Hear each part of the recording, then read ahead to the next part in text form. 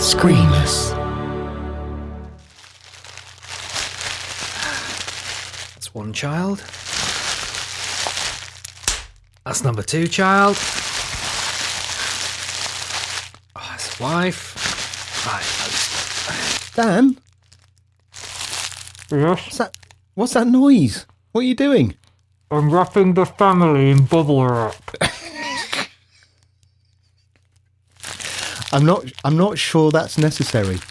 Oh, I think social distancing, staying 2 meters apart, staying indoors as much as possible, I think that's probably enough to do your part.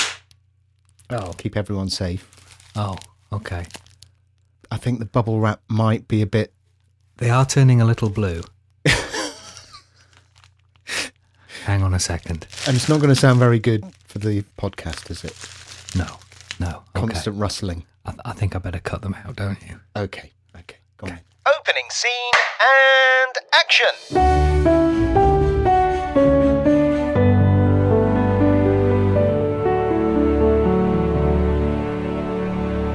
I've forgotten how we start.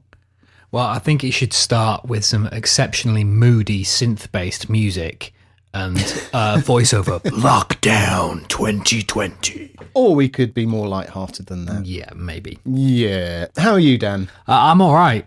Thank you. How are you? Yeah, not bad. It's all been a little bit weird, isn't it? It's a bit weird, yeah. It's very weird. I took a walk round to the pharmacy to pick some meds up, obviously, for the kids. And, yeah, it was all very strange. I mean, I get that this is absolutely necessary and all the rest of it, and we should all be doing this. But, you know, when you're queuing outside, there was a queue of, 8 to 10 people, all 2 meters apart coming out of the pharmacy. They were only letting one person in at a time, and there was big cordons up 2 meters away from the counter, and they would throw the stuff at you. That's so strange.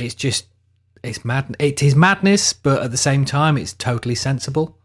You know, Yeah. I get why it's being done. It's just strange. Well, the reaction has been sensible, isn't it? The whole concept of what's going on is the thing that is a bit mind-blowing. Yeah. And the fact that everyone in the world is in the same boat and everything. Joe Wicks seems to be quite popular at the moment. Joe doesn't he? Wicks is, good lad. Every day with the kids, we're at it at 9 o'clock. I must admit that he absolutely destroyed me last week. I had trouble bending down to feed the cats. but I'm all right this week. Yeah. No, I just started it this morning because I would usually go to the gym for a run, but obviously that can't happen. So I thought last week, going to have a week off. And then I did Joe Wicks from last Monday this morning, so I could do it earlier. Uh-huh. And my goodness. Good, though. Yeah. It's great what he's doing. It's fantastic what he's doing. I think he's being joined by people all over the world, isn't he? So that's great. Yeah, all over. And he very...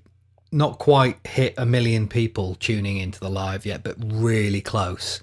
I think last Thursday was like something like a couple of 100,000 underneath 1 million. But the repeats are picking up I think it's like 10 million views or something already. Yeah. Over that. It's ridiculous. But yeah, it's really good.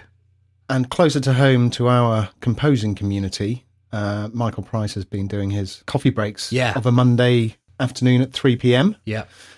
So if you haven't checked that out, you really should. Just follow Michael on his social media. Yeah. And he advertises it, doesn't he? Yeah. You can register. Yeah.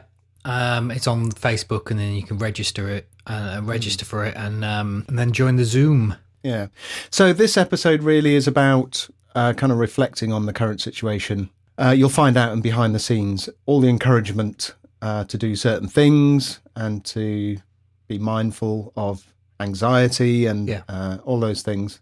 And actually looking at the weird positives that are happening as well. Yeah, I think it's also important to remember, because I think as soon as this happened, lots of people were like, oh, well, that book that you've got in you, or that symphony, or that piece of art, now you've got all the time in the world to do it. And actually, it's all right to just sit in your pants and binge Disney Plus, if that's what is going to get you through it, I think. You know, you don't have to... Were you watching me last week? You know, you don't have to create a blooming masterpiece. Not everything that you do is going to be the greatest thing ever. When you're in weird times like this, even more so. And it takes a little while to adjust, doesn't it? I feel a whole lot Yep. better this week than I did last week. Oh, last week was difficult. Last week I found it very difficult turning up for, well, I say turning up for work, obviously. You know. But climbing those stairs, I would then get into the studio and not actually spend a great deal of time doing anything productive. I do little bits and bobs, but there was a lot of finding distractions. Yeah. And I think it's really important to note that that's okay. Yeah, absolutely. You know, we all deal with things in our own ways. But yeah, generally we'll find a groove, I'm sure. Yeah, I'm sure we will. So, yeah, coming up, we have some amazing guests, don't we? We do. Lovely, lovely folks. Very kindly agreed to come on and have a chat about what they're going through and, you know, business and personal. Yeah. So that was really, really nice of them to come on, and we thank them very much. We certainly do, lovely people. Dan, for one time only, you can come back and say... La la la la la la la la la. Me me me me me. Get the music.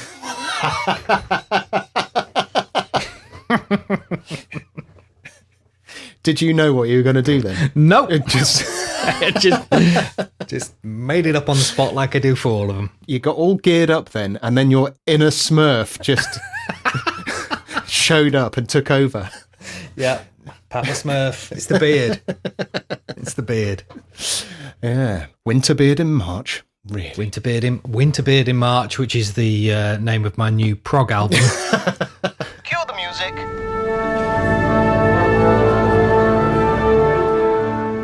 Okay, so I have been distracting myself with, I hate to say it, Disney Plus. Yay. Last week, yeah, so that's been a nice distraction. Mandalorian has been quite a nice thing to watch. 3 episodes in. We talked a little bit about the soundtrack, didn't we, to the Mandalorian? We did, yes. It's growing on me, but yes, right now, to the episode 1, it just didn't seem very Star Warsy to me at all. Yeah. There's a lot of, I know a lot of people are really, really enjoying the Mandalorian. There's a few bits that I don't like. I think the tone in general is fantastic. I think the way it looks, the way it's shot, the acting, I am getting on board with the music, but there is something that is connected to the music, and this might not be down to the composer. This could be a general thing. There seems to be this really cheesy, let's make it a heroic moment, and they put a fanfare on it.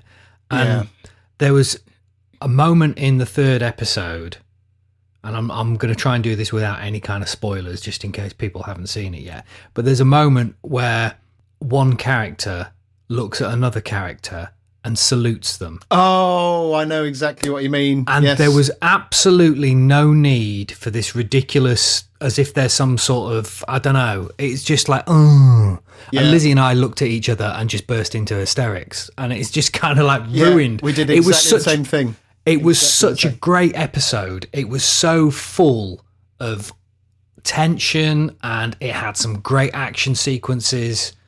And then they did that at the end, and it's like, oh, for God's sake, what is that about? Yeah, but that's that's just my personal opinion. Yes, I'm sure there's people who thought it was brilliant. It's a nitpick, though, isn't it? Because it is a nitpick. I think generally it's the tone's really good. It's phenomenal, the way it looks and everything. Yeah. I love the end credits where they show the concept art.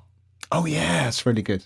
That's really just because I love all that. I've got the sort of Star Wars, the art of books and all that. I love having a peruse through those. Anyway, if you've just tuned in, welcome to the Disney Plus podcast. Yes, we should probably maybe even just trim this down a little bit. What have you been watching? Well, I have also done a bit of the Disney Plus stuff. We've been working through a load of we've been watching films with the kids, so we've been going through some of the ones that we used to watch or are slightly older that they perhaps wouldn't have seen. We watched The Addams Family last night. Oh, nice. I'd forgotten how good that is. Yeah. It's ridiculous, and that's what makes it so wonderful. So yeah, I really enjoyed that. I've been listening to a couple of podcasts, which are good. The Horn Section podcast, obviously, you know, I'm a fan of that. Yeah. That's ridiculous. It's just guaranteed to lift your spirits. It's so silly. And the other one is Music Life. I think that's what it's called. I'm going to have to double check it now. While you do that, I've been listening to the Ron Burgundy podcast. I didn't know there was a Ron Burgundy podcast. Well, just start it from the start. It's Ron Burgundy doing a podcast with his poor producer. Yeah, quite ridiculous. Well recommended. That sounds right up my street. Right, it's called Music Life, and it's on the World Service. Okay. And they have lots of musicians talking about different aspects of their work, their life, and stuff. It's really good. There was a very good one with John Hopkins, Max Cooper, Anna Meredith, and Holly Herndon talking about their creative process. Fabulous. That was the one that got me into it. That's really good. One related to that is Soul Music. I don't know if you've heard that. No. It's a Radio 4 show, and it's all about one song and then the personal stories that kind of sprout up from, you know, this person, it affected their life because of this, cool. and so on. Really, really good. Cool. And books. Books, yeah. So for me, I've just finished Every Tool's a Hammer by Adam Savage, who was one of the Mythbusters. He was a special effects dude. So he used to work for ILM and stuff. That's really good because it's all about all the sort of tips and tricks that he's learnt over the years. And it's not all kind of, you know, use this kind of epoxy for sticking these two things together. It's all about the best way to manage yourself, the best way to write lists, doing this kind of stuff, best way to organise this, best way to organise that. It's all stuff that's transferable rather than it being specific to sort of model making or anything. So that's really cool. And I think I'm going to reread How Music Works by John Powell. Not that John Powell. It's a different John Powell. But that's very good. That goes into the science behind music and why that works. Oh, wow. Okay. We also had some recommendations from fellow composers. Simon Whiteside said, like reading No Minor Chords by Andre Previn about his time in Hollywood. Sounds interesting. Andrew Preview. And On the Track, he says, is still the best book on scoring in his opinion. Yeah. I've not read that. No, me neither. Yeah, But sounds then good. What do I know? Frank Ilfman, Adler's Book of Orchestration, absolute classic, that one. Yeah. I think anyone who goes to any university and does music ends up with Adler's Book of Orchestration. On the business side of things, there are several organisations that may be able to help. The first one we'll mention is the PRS Foundation. There's their usual Musicians Relief Fund, which is something you have to apply for and can be means tested if you're really up against it. And there's also the Spotify COVID-19 Music Relief Project, which I believe is a charity-based thing that for every pound that gets donated, Spotify will match that pound. Is that right, Gareth? That is correct. Right. About time too. Yes. How about just a decent cut, Spotify? Thank you. Also, the Musicians Union, if you're a live musician or a touring musician, the Musicians Union Coronavirus Hardship Fund is open for applicants. Again, you really need to be in the situation that a lot of musicians are actually, where you've fallen off a cliff edge, you can't pay your bills, you don't know what to do. They are there to help. So if you're a member, get in touch with them. Likewise, there's the Ivers Academy. They've also got a coronavirus thing. Again, if you're a member, get in touch and they should be able to help. I did a little bit of work for a creative agency based in Sheffield last week, and it was an audio ident for a video series helping people out if you're a small business. So they're doing everything from business planning, self-employment, remote leadership, telephone answering, and everything that small businesses have to deal with, they're covering. So it's quite a comprehensive video series. And on top of that, obviously, there's the government guidance, which is on the government website for self-employed and the like. Always worth checking that out to see if you are entitled to anything there as well. All the links for this will be in the show notes, and they will be up on the website as well. Yep, at makingasoundtrack.com. Shall we go behind the scenes and have a chat with some lovely people? Lovely people. Well, we've got 222 Music in the form of Daisy Cool and Tom Nettleship. Their website is 222music.co.uk. That's all words, no numbers. We have Banks and Wag, otherwise known as Chris Banks and Wag Marshall Page, www.banksandwag.com. Then we have Claire Batchelor, who's a composer. Her website is Claire with an I, batchelor.co.uk. We've got the lovely Tristan Noon returning. He's composer and orchestrator, and you can find him at tristannoonmusic.com. And finally, we have Laura May, music publisher. She has her own company with a marvellous roster of musicians and composers and mixers and all sorts.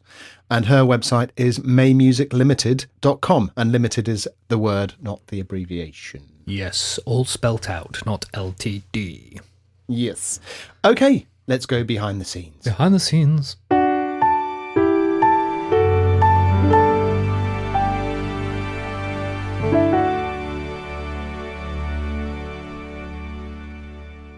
Welcome, everyone, to this very special episode of Making a Soundtrack. We thought it would be a nice idea to just reflect on the current situation. There are other things out there. I'm sure lots of you have been attending Michael Price's weekly coffee breaks to kind of take a temperature check of the industry and what's going on.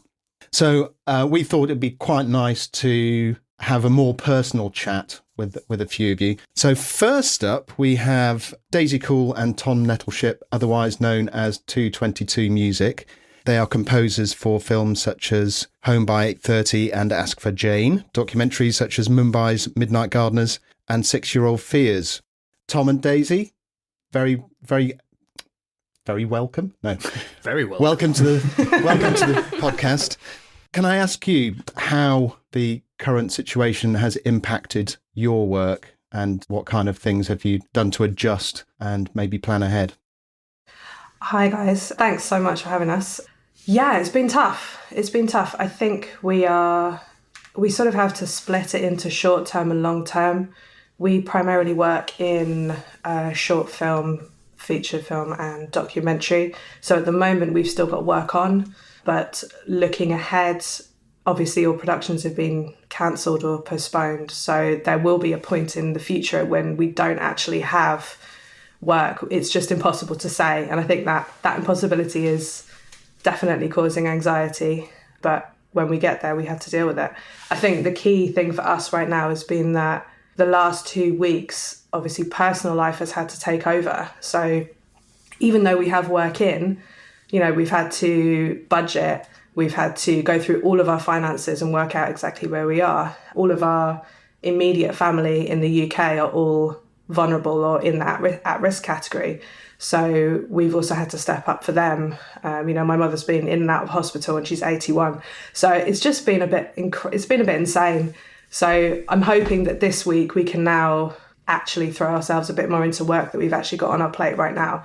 But I'm sure for everybody, having to spend more time balancing personal and professional has been really tough. I'd like to welcome Banks and Wag to the podcast.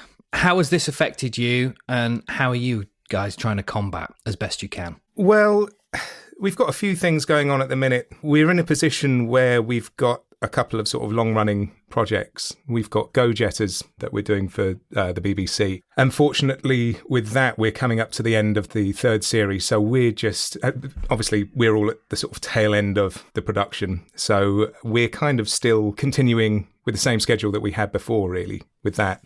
The only difference there is once it leaves us, it's going off to the dub. The dub has now shifted from Doc 10, the dubbing facility. The guy that does it has got a suite in his place, so he's able to carry on working at home.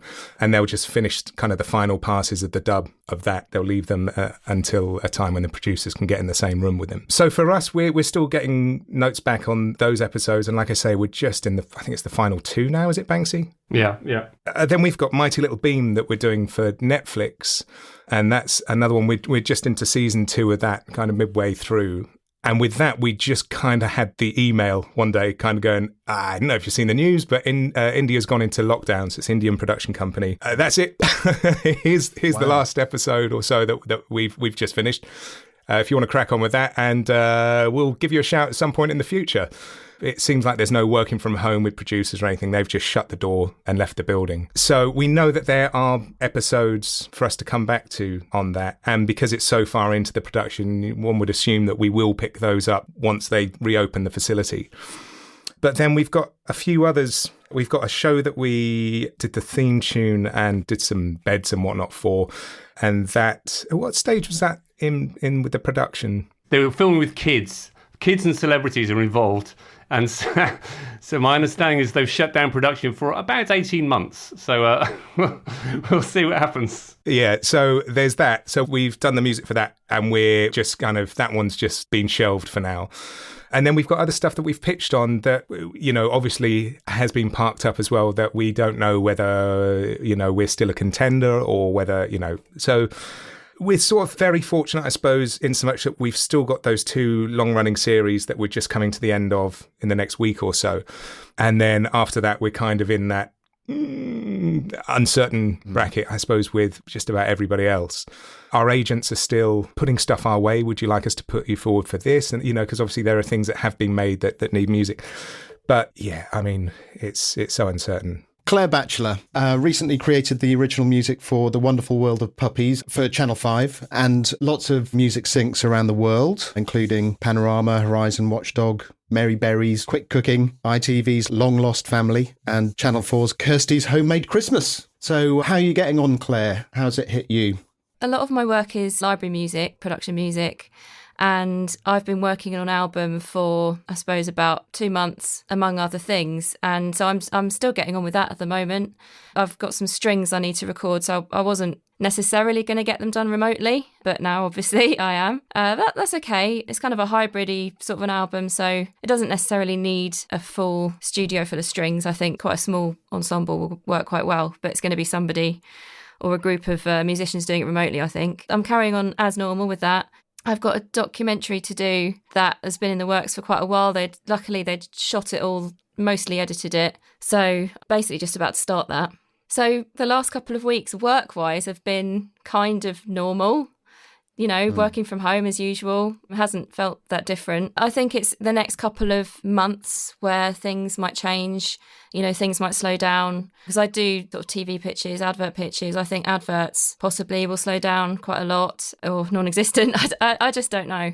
But what I'm really grateful for is, as a lot of us are, our PRS is still going to come in April. Hopefully it'll still come in on time in July. So that's a massive relief, really, and a good fallback, really.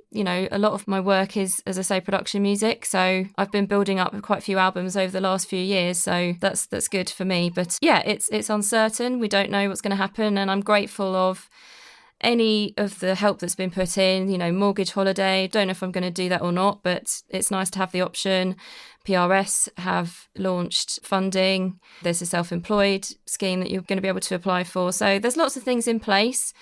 And yeah, just trying to keep busy, trying to stay positive, really. I think on the production music side, the gaps might come later on in the year. I don't think we're going to see an immediate effect, are we? Tristan, how has the current situation hit you, and how are you feeling about it?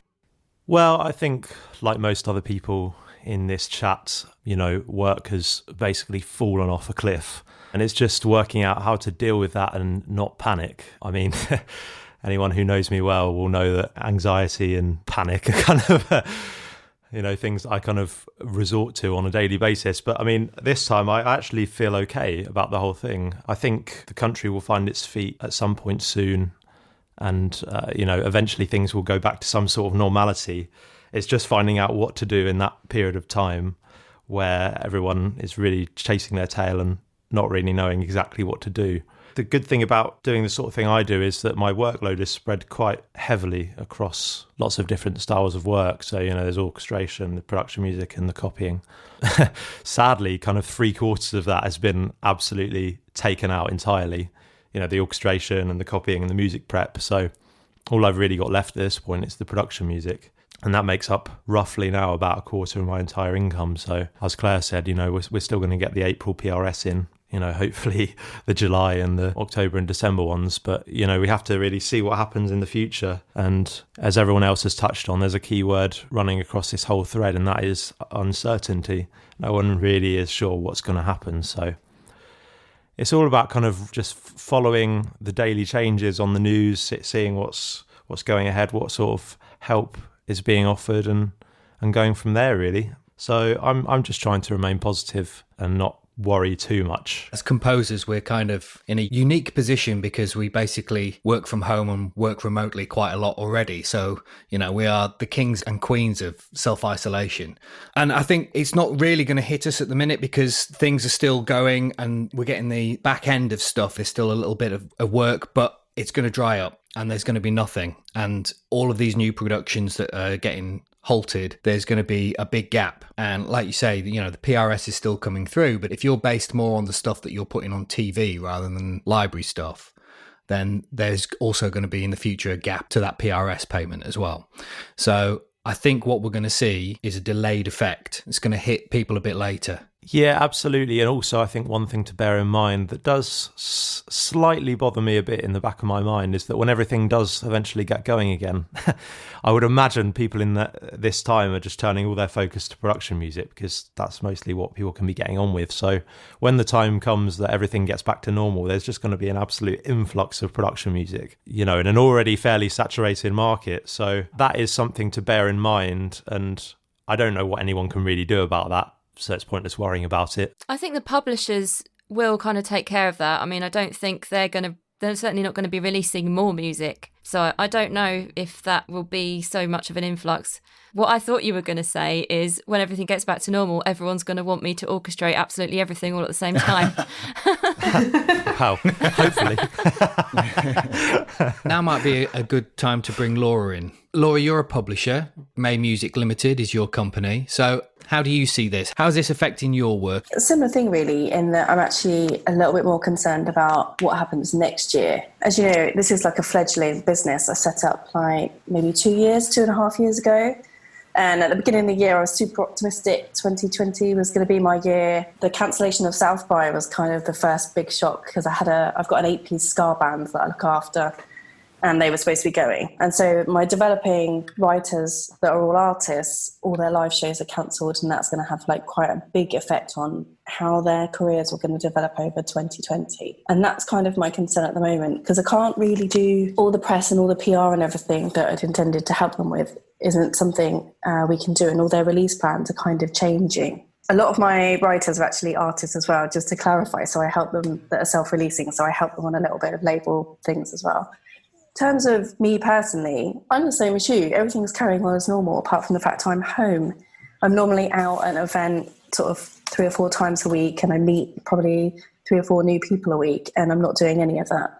And that's it. And again, that will have a knock-on effect because all the people that I may have met at Great Escape this year, they normally turn into really good leads and contacts in sort of the following months, and those kind of events aren't happening. So the growth of my business kind of stalls a little bit.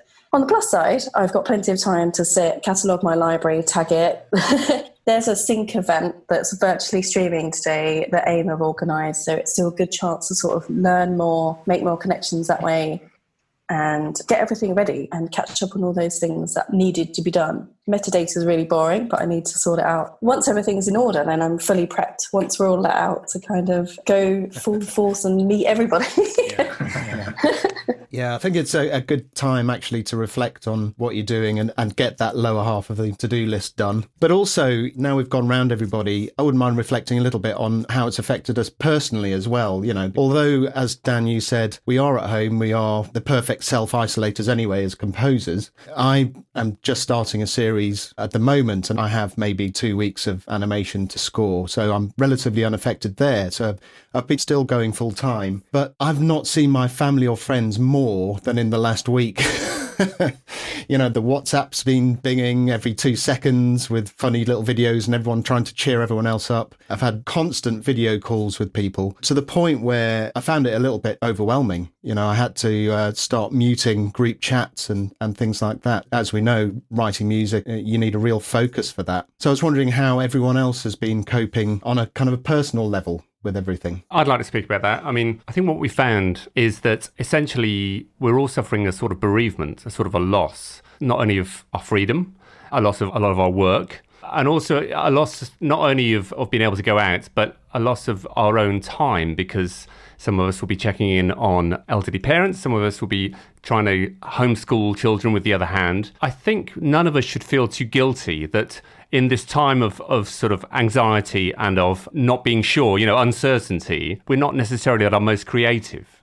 And so I intend to sort of go pretty easy on myself and not worry about getting too much done in any one day. I want to check in on fellow muso mates, check that they're sort of not going insane, and setting myself. So my goal during this turbulent time is to set myself very small and very achievable goals every day. So I've got 2 kids next door sort of getting on with their work. So I'm going to have to check through their maths. Anyone who's ever done their own accounts will know it's going to take me most of the day. So my intention is to really work about 4 or 5 hours a day and have a little timetable. So I get up, I do my Joe Wicks exercises at 9 o'clock in the morning, and then have some sort of goal that I can easily achieve by the end of the day. So like Laura was saying, it could be backing up my computer, getting some of my accounts done, creating or updating my website, updating my IMDb, updating software, downloading free Spitfire labs, learning how to use my own software that I bought and hadn't properly investigated, because when you get thrown into a job, you're like, oh, I really should have worked out how key switches work on all these Spitfire samples, but all right, I'm just going to sort of wing it.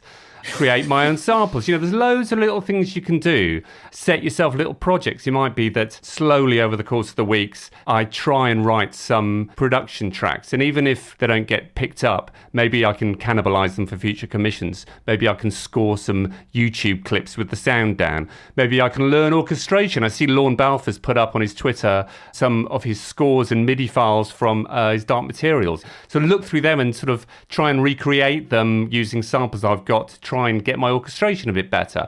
Little things. And on a basic level, I'll think of it as an achievement if I've listened to a podcast like this one, or Soda Jerker, or watched Michael Price's Composer Coffee Break, or reconnected with musicians with a view to perhaps collaborating in the future. Something so by the time sort of 3 o'clock comes around, which is the end of school, as we all know, I feel like, okay, I've done something. I can tick something off my list for the day. And that's the way that we're going to sustain ourselves. This is the good news story of this time. We can not work as hard. We can get those jobs done that we always needed to do and hadn't done because of other pressures, so that when the time passes, and it will pass, we're physically and mentally ready to be super busy again. Yeah, couldn't agree more. We also have 2 kids at home that we're attempting to school, which is proving lots of fun. And we decided to make a timetable for them, which was the standard school timetable, but it starts with PE. So again, Joe Wicks. We do that, then they do a bit of reading and so on and so forth until eventually it gets to 3 o'clock. But we also did a routine for ourselves while we were planning that as well. I think routines are brilliant for making things that aren't normal seem normal. Like you know, come 3 o'clock, the end of school, we're kind of trying to finish as early as possible so that then we can do other things, all the little bits around the house that we haven't had chance to finish off and do, and just try and get those done. Just small little tasks, just small little things. It's making bite-sized chunks so that you can just go, actually, tick, done that, brilliant, I feel great. As Banks mentioned as well, it's the routine, isn't it? Trying to get back into some kind of routine, whether it's for personal stuff or work stuff. Daisy and Tom, I see you all over social media all the time. I don't know quite how you do it. There's 2 of us. But all really good quality posts, and you are always bigging up other composers and other people in the industry, trying to shine a spotlight on everyone. How are you finding the posting and the Instagram, keeping that positivity going? Hit and miss, up and down. As you guys were saying, it's small things because it can feel like our entire world is out of our control right now. So it's finding the things which you can control. And a major part of that is kindness. And we've really been overwhelmed with people that we work with some of whom are close friends, some of whom are not, just approaching us with incredible kindness. And it's been incredibly moving and emotional. And things that we can control as artists are sharing other people's work. And it really takes no effort. It takes absolutely no effort to share somebody else's work. I think if we can all do that daily, as well as finding small tasks like you guys were saying, like admin related tasks, we're like, cool, I've achieved that. But also when you are feeling your worst, doing something nice for somebody else is incredibly soothing and helpful. So I think if all daily we could share one person's work and get it out to a wider population, whether that's through social media or whether that's popping a link to ideally purchase someone's work, or if not, then stream it in one of your many WhatsApp groups, you've done something really good and it could really help someone else. Totally agree with that. I think it's easy. The other thing is that there's so much content because people are putting things up there now. I don't know what everyone else is like. If I'm doing something and I'm working on something and it does take it out of you, and creatively you get very low, it's very difficult to do anything new. But then when you hear all this stuff that's being produced by other people, that spark inside you gets lit again. And you suddenly, oh yeah, brilliant. I did that Tinker Tuesdays thing for a whole year. So that was 52, one a week, of stupid noise-making videos on YouTube. And by the end of it, I was totally and utterly spent because I didn't realize how much effort it took to make a video and upload it to YouTube. But I spoke to Gareth about it. Literally, that was it, stopped. And then like 2 weeks later, because I'd stopped that, all of a sudden I had all this free time. So I found myself literally going and listening to old records that I hadn't listened to in ages, and finding also, again, Instagram's brilliant for this. I love Instagram because the community seems to be much more positive on there, but finding things on Instagram. So people start, I post loads of stupid pictures of my children. Sorry, my synths. Get lots of followers because, everybody likes old synths. But I found loads and loads of people through that, so-and-so follows you, you have a look. Oh, they're interesting. Follow them back. So my Instagram is just full of music all the time. And it's just so inspiring. And I think sometimes it's okay to just say, actually, I can't create anything, but there are loads of other people who are creating things, creating wonderful things. And I think it's really important that we've all said this, but I think it bears repeating, that it's okay to not come up with the most amazing piece you've ever written in your whole life just because you're now at home. It's fine. If you can't do that, you're not failing. And I think one thing that we put out a lot, you say it's positivity, but we also try and put out honesty and authenticity in that. If we're having a crap day and we're struggling, we say that because it's really important for everybody to know that they're not a failure and that everybody else is going through the exact same thing as you. And just to address what Daisy is saying as well, which is a lot of the time when we're working on music, we're treating music as work. And since the wake of this pandemic, Daisy and I are now treating it as a therapeutic exercise, which I understand is a privileged position for us to be in because we live together. But we're starting to play together, something we haven't done in 4 or 5 years. And it's proving really helpful for our mentality. That's kind of really helping us in being able to kind of like put things out there, give ourselves the ability to just, raise the mood levels a little bit as well, even if it is a warts and all recording, which they all are so far, aren't they? And I think we're just going to continue doing that. And I hope that people out on Instagram are going to continue doing the same thing. I love what you're doing, Dan. Every time you pick up a guitar, it always brings a smile to my face, or if you're plonking around on the synths, it's good fun. That's a really good point there, Tom. I've noticed, I don't know how many of you are doing this, but there's an increase in collaborations, especially with production music. Composers are getting together. You can record remotely. You can work on stuff. Dan and I did this Making Soundtrack album, which it will be mixed soon. It will be mixed, honest. I may have some time now. We've seen just from that how easy it can be done. Get a shared folder, get on Zoom or Skype, talk about your tracks beforehand and what you want to do, and then just bat it back and forth. It's a really good way of not only getting inspired and getting writing, but also being accountable to each other as well. Well, this is the way that WAG and I have been working for about 7 or 8 years, actually. whilst we provide a united front online and at the one showbiz party we ever get invited to, we tend to be sort of do it long distance for various reasons, but it's worked with us juggling our own schedules and also having a second pair of ears fresh onto whatever it is you're producing, and also to have someone to G you up when you're feeling like, am I any good anymore? It's like, yeah, this is all right. Although sometimes the answer is no. Oh, you're right. And when the answer is no, we're very curt about it. And that's the other thing, because we worked together for so long, there's no beating about the bush. It's like, nah, start again. Yeah. It's quicker sometimes just to blank slate it. I have the same relationship with my youngest brother, Sam. We did about 8 years of stuff together. And that was very much, feel free to say, if you think this is a piece of music, just tell me.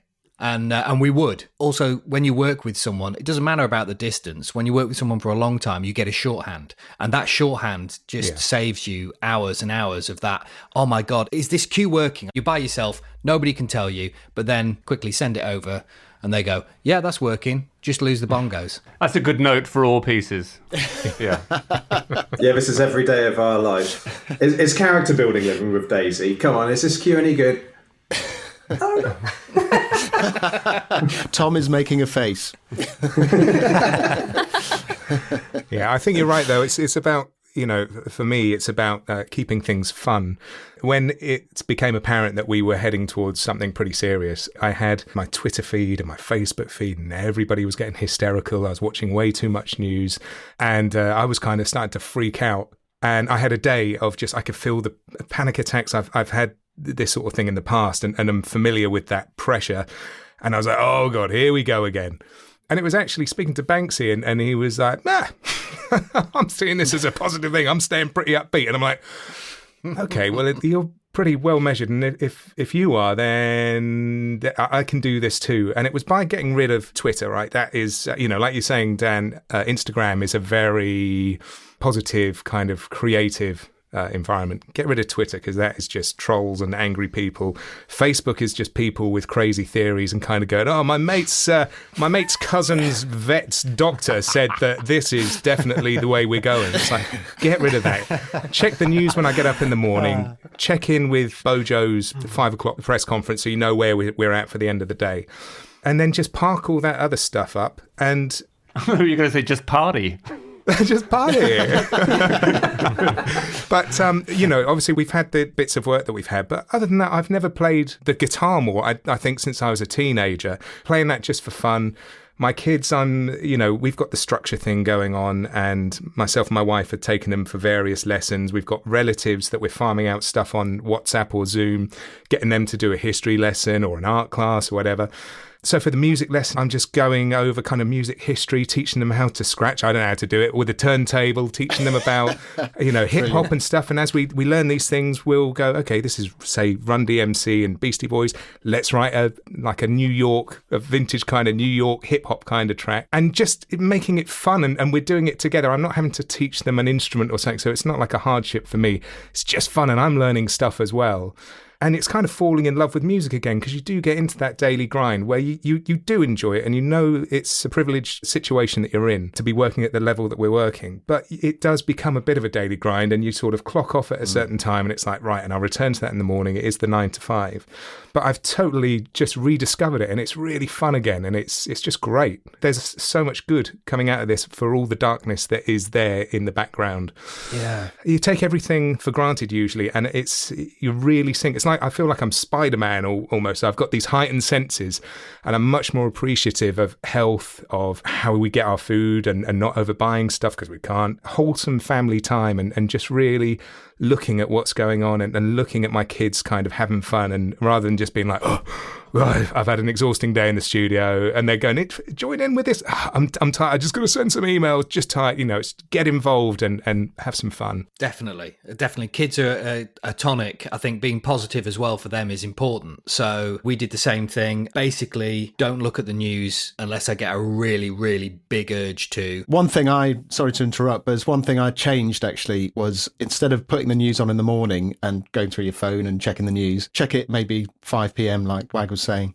And I found my day was a whole lot more positive because I just wasn't watching the news all the time. I use my other half as a filter. So she will look at it and then she will tell me the bits that I need to know, and the rest of it I don't.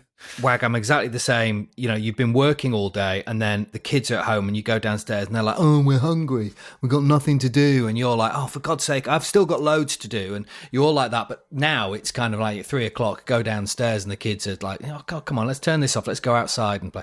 One of my kids made up an absolutely horrific game the other day that we went outside and played, but it was hilarious. We basically just chased each other around the garden for it was like nearly 2 hours, and it was amazing and I loved it. But it was called Granny, and my 8-year-old was sat there, right? My 8-year-old was sat there with a cricket bat and one of those sort of surfboards, the boogie board things, and she was banging it and scraping it, and she goes, I'm just getting rid of the blood from my chopping board because I am a cannibal granny.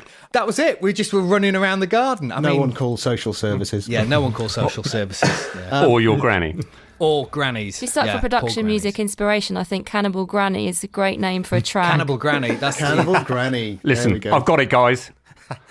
Grannable. Grannable. Oh. And of course, there are some people in the world who don't have children also. And of course, getting together online and reacquainting yourself with old bandmates and doing quiz nights and doing those sort of things, that can also be a good release at the end of the day. We had a virtual dinner party on Saturday, some friends we were meant to be seeing, and we had a laptop in the kitchen where we were cooking the same thing, and then another one in the dining room. We sat and ate together. That's awesome. It was really fun. It was good. Actually, at the end of the night, because I just live with my husband, we don't have any kids or anything, we really didn't feel like we'd just been the two of us. We really felt like we'd seen them, and that you feel like you've had that social interaction even though they're 2 hours away. Absolutely. I did a virtual pub night on Thursday and probably shouldn't have done the Joe Wicks on the Friday morning. Got lost on the way home again. Can I ask, who is Joe Wicks? He's the richest man in the UK at the moment. Think Mr. Motivator, but from Essex. And not very good, but very entertaining. With equal amount of Lycra. He's great, yeah. Almost. Laura, can I come back to you for a moment? You manage a roster of quite an eclectic mix of ska band and mixer producers, composers and all sorts. How are they feeling? Checked in with most of them and they're doing okay. They're same as everybody else. They're sort of keeping busy. For some of them, it's not really changed. And then for others, they're busy writing, sort of producing covers. So a lot of them are doing that and they're just working. The releases, they're still working on them because there's no reason why they shouldn't still be released. Neck Deep, who I look after, are due to go do their headline tour in September. And so it's sort of fingers crossed that'll still happen. Heather Fenity, who I look after, she's still working on a couple of short films at the moment, and her film that was released at the end of last year actually comes out on DVD this week, so it's kind of, there's still good things that are happening and it's still sort of plodding along. I would say it's probably a good opportunity for all of them to nag their publisher to make sure that they're paying them all their money that's due. This is, I'm a bit of a money finder, so I'm always looking for money where I can, and it is a really good opportunity just to have a look at your statements and make sure that everything's there. So it's just kind of those things, really. They're all, for the bands, it's the most difficult because their live is gone. But most of my roster are like me, and we have a second job that we do. So I have another job where I do royalty accounting and money finding for people, and they're much the same, where they're doing other bits and pieces as well. So they're sort of dividing their time. The one thing I did notice, I also had a virtual lunch. I'm part of a Girls in Music United networking group. We had a virtual lunch on Friday, and it became apparent that two of them, a little note went round, and it was just like, thanks, guys. Didn't realise how much we needed it. So it's kind of, and now it's in place for every Friday. So it's kind of, it was really good. It was kind of, and anyone could join. And that actually made me a bit more make sure that I actually checked in with all of my writers then over the weekend to make sure that they're all doing okay. Because it's already a very isolating job. I am personally really missing social interaction with people. I sort of meet so many people usually. It's something I really enjoy doing and something I really built into my business. So it's difficult, but I have a lot of video chats. I'm still signing writers. So it's still, a couple of deals have still happened. So sort of business is still going. Just it's that uncertainty. But everyone, they're all good. I haven't heard any bad things just yet that have filtered through. But again, it's sort of, I think the longer this goes on, it's sort of that might change. But just trying to stay positive for everybody at the moment. Well, there are weird positives, aren't there? And you almost feel guilty for feeling positive about something when the world's falling down. But that's absolutely great and good advice, actually, to check in with people who do what you do, just to make the world feel a bit more together and to know that you're not going through things on your own. Just like you say, I've got a friend who recently separated from her husband. She moved to London and she's just now living on her own, and she was looking forward to starting her new life. And now she has been isolated at home on her own, and it's just not the way she wanted to start her fresh life. So it's kind of just making sure that she's okay. And again, I don't have any children. My husband's now at home, so he's a bit of a distraction. So it's trying to keep him out of the office. So Get him to make you a cup of tea. I have got a steady stream of tea coming in, so that's a good thing. I could see Dan's eyes light up there. Tea. The very mention of tea. Oh, yes. Thank you ever so much, everyone, for joining us. I hope that people listening will take some of that advice, connect with people, and just try and stay positive. It is going to end at some point. We are all going to be back in demand and doing. Do we end on a song? We can. Yeah. Oh. Are you gonna? Which one would you like to do? I'd like to teach the world. No, okay. That's so weird. I was just thinking of that song as well. On Zoom, 45-minute lessons with Banks. With latency. Tom and Daisy, where can people find you? So you can find both of us together on Instagram and Twitter at TWO22music. Or separately, we pop up as well, but you can find us via 222music. And your website? 222music.com. All letters. And the mighty Banks and the mighty Wag, where can we find you? We can be found as Banks and Wag on Twitter or Banks and Wag on Instagram. Don't get those the wrong way around. It's a terrible spoonerism.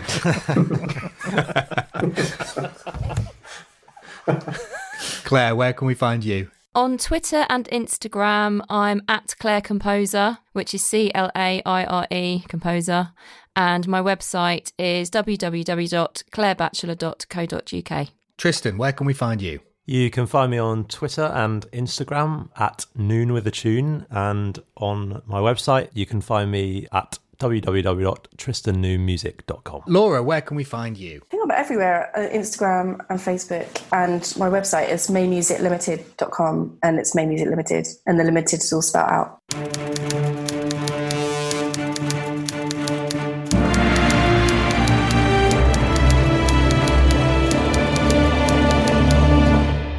Because this is a special episode, I don't suppose... Well, we talked about Simon's recommendations and Frank's recommendation, so yeah, those essentially were our notes. But we haven't got anything particular apart from to say that we are working on Series 2. We're not going to make this a regular thing for now, but we are working on it. We are, yeah. Hopefully, we will be back in the autumn. Yeah. I'm really excited, actually, because it's not... Here's a little clue. We're not making another album because we've done that. We wanted to do something completely different. And it is completely different. It really is. But it's still very much making a soundtrack. Yeah. So that's really exciting. So just to reassure you. Still got great guests. Yeah, absolutely. In the meantime, if you want to get in touch via the website or personal DMs, Dan's or Eyes. Dan's or Eyes? Dan's or Eyes. Dan's or Eyes. Dan's your eyes, man. We'd also be happy to have a cuppa and a chat on Zoom or Skype or however you see your friends. Or the new platform, Dan's or Eyes. Yeah, don't be a stranger. No, our virtual doors are always open. Absolutely. Okay, is that a wrap? That's a wrap. That's a wrap. Thanks for listening, everyone. And we'll hopefully see you soon. Bye for now. Bye.